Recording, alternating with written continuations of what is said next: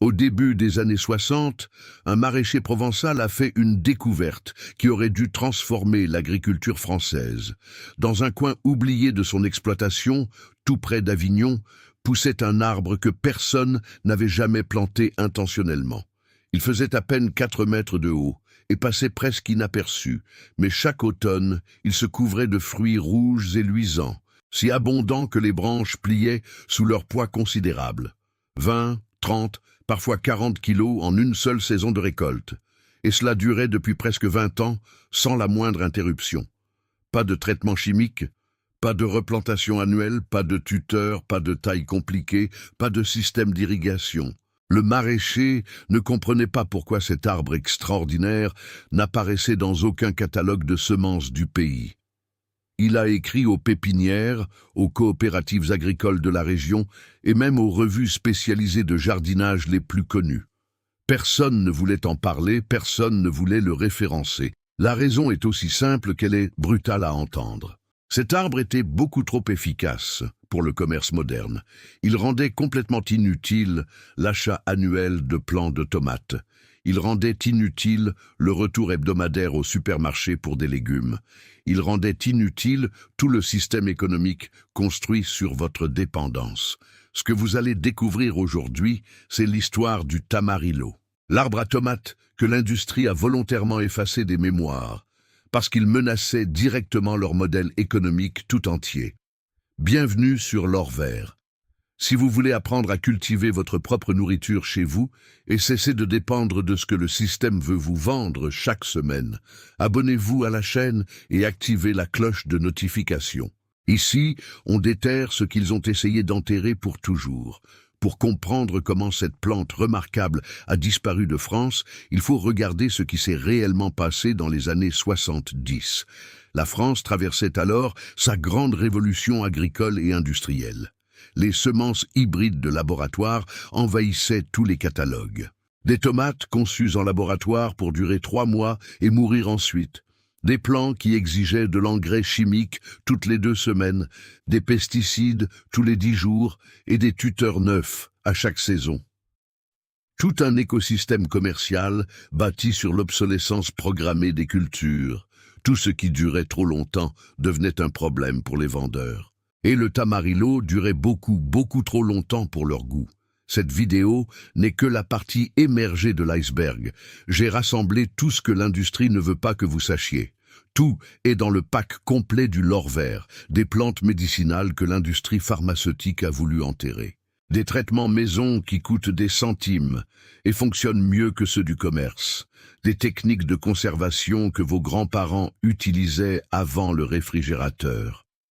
Des engrais naturels qui font exploser votre jardin sans rien dépenser. Des secrets de fermentation que plus personne n'enseigne, et bien plus encore. Plus de 10 guides en un seul endroit, sans détour, droit au but. Le lien est dans la description. Mais restez ici, la vidéo ne fait que commencer. L'industrie des semences repose tout entière sur un principe fondamental. Votre plante doit mourir chaque saison pour que vous reveniez acheter. Un arbre qui produit fidèlement pendant 20 ans d'affilée, c'est 20 ans sans jamais passer à la caisse de la jardinerie. C'est pour cela que le tamarillo a été retiré de tous les catalogues, effacé des manuels d'agronomie, totalement oublié des pépinières françaises. En seulement 2 générations, le savoir ancestral a été complètement perdu. Mais la science moderne raconte une toute autre histoire aujourd'hui. Des chercheurs de l'université d'Auckland, en Nouvelle-Zélande, ont découvert que le tamarillo possède un taux d'anthocyane nettement supérieur à celui de la myrtille et de l'açaï réunis. Ces pigments naturels, qui donnent à la chair sa couleur rouge profonde, sont exactement les mêmes qui luttent contre le vieillissement de nos cellules. Une étude publiée dans le Journal of Food Composition a démontré que 100 grammes de tamarillo contiennent bien plus de vitamine C que l'orange, plus de vitamine A que la pêche et nettement plus de potassium que la banane.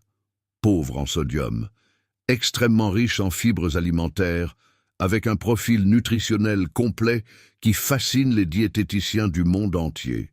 Pour les personnes souffrant d'hypertension artérielle, c'est une révélation. Remplacez la sauce tomate industrielle bourrée de sel et de conservateurs par une sauce au tamarillo faite maison avec des fruits de votre jardin. Ce n'est pas juste un progrès gastronomique appréciable dans votre cuisine. C'est un véritable acte de médecine préventive au quotidien. Et puis il y a la conservation, l'argument massu qui détruit le modèle industriel. La peau épaisse du tamarillo est naturellement riche en tanins protecteurs qui forment un bouclier biologique et gardent le fruit frais très longtemps. Un tamarillo, récolté avec sa tige et conservé dans un endroit frais, reste comestible jusqu'à 10 semaines entières, sans aucune réfrigération, 10 semaines sans électricité, sans emballage plastique, sans additifs chimiques. À une époque où le prix de l'énergie explose partout en France, ce n'est pas un simple détail pratique, c'est une révolution silencieuse.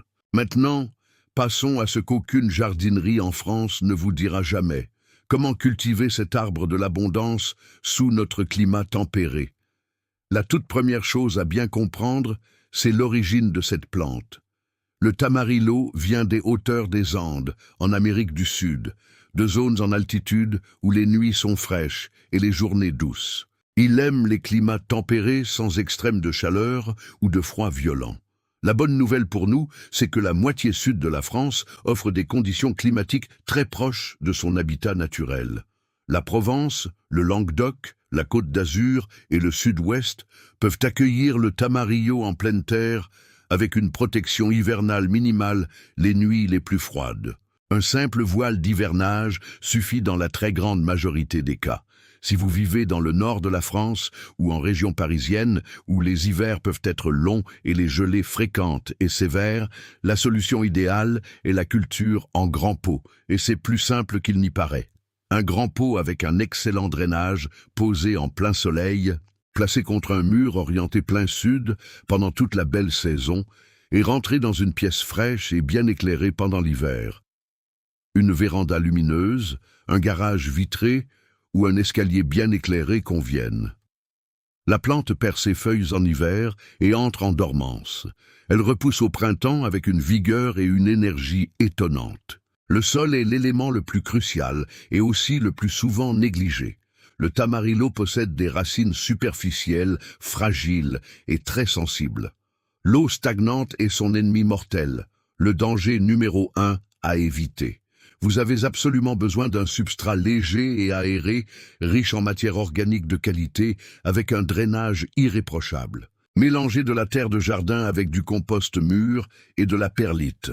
En pot, utilisez un terreau de qualité sans tourbe et placez une épaisse couche de billes d'argile expansée au fond du contenant. Cela crée une zone de drainage efficace qui évacue rapidement l'eau excédentaire. Arrosez régulièrement, mais laissez la terre sécher entre les arrosages. Avec le tamarillo, il vaut toujours mieux un peu trop sec qu'un peu trop humide. Maintenant, le secret qui fait absolument toute la différence au monde.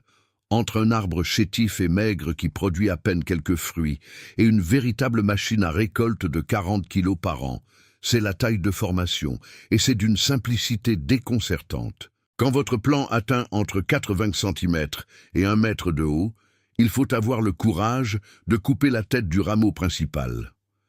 Cela force l'arbre à développer des branches latérales fortes et équilibrées. Sans cette taille, il pousse comme une longue tige fragile qui se brise net au premier coup de Mistral ou de Tramontane. Avec cette taille de formation, il développe une couronne large et très solide, capable de supporter une récolte abondante année après année sans rompre. Les producteurs néo-zélandais appellent cela la taille en or du tamarillo. Pour la multiplication de vos plants, 2 chemins s'offrent à vous.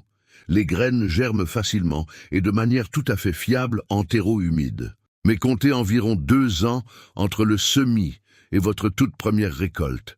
Si vous êtes impatient de goûter vos premiers fruits, procurez-vous une bouture d'un arbre adulte qui produit déjà abondamment. La bouture peut vous donner des fruits en moins d'une seule année complète et vous garantit que la qualité sera parfaitement identique à la plante mère. Le goût est véritablement surprenant pour quiconque découvre ce fruit.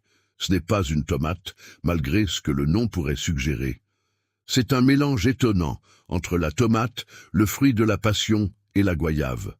Sucré et acidulé en même temps, avec une profondeur aromatique remarquable que la tomate industrielle insipide du supermarché ne pourra jamais atteindre. L'erreur que pratiquement tout le monde fait, c'est de croquer dans la peau. La peau est amère et désagréable, saturée de tanins protecteurs. Coupez simplement le fruit en deux et mangez la chair à la petite cuillère. Ou plongez le fruit 30 secondes dans l'eau bouillante pour retirer la peau, exactement comme on le fait avec les tomates quand on prépare une bonne sauce. Avec la pulpe, vous faites de la vinaigrette, de la sauce pour pâtes, du jus, de la confiture maison et même du chutney. C'est l'un des rares fruits au monde qui fonctionne aussi bien dans un plat salé que dans un dessert raffiné. Sur les marchés gourmands de Paris et Lyon, le kilo de tamarillo se vend à plus de 15 €. On le présente comme un fruit exotique rare, d'importation et de grand luxe. Mais il y a 60 ans, c'était un simple fruit de jardin et il était gratuit. Ce qui était abondant, ils l'ont délibérément rendu rare. Ce qui appartenait à chaque famille, ils l'ont transformé en produit de luxe. Mais vous avez le pouvoir d'inverser cette histoire dès aujourd'hui même. Et n'oubliez pas, tout ce que l'industrie ne veut pas que vous sachiez est rassemblé dans le pack complet du L'Or Vert. Plus de 10 guides en un seul endroit, le lien est dans la description. Chaque tamarillo que vous plantez dans votre jardin ou sur votre terrasse est un acte concret de résistance contre la tomate sans goût du supermarché. Chaque graine que vous conservez et que vous partagez avec un voisin est un maillon précieux de la chaîne que l'industrie a voulu briser. Ne laissez pas ce savoir disparaître une nouvelle fois. Cherchez les graines, demandez des boutures, plantez en pot, en serre ou directement dans votre potager. Le système veut que vous restiez dépendant. La nature veut que vous soyez libre. Le choix, comme toujours, vous appartient entièrement. Ici, on ne plante pas que de la nourriture, on plante la liberté. À la prochaine.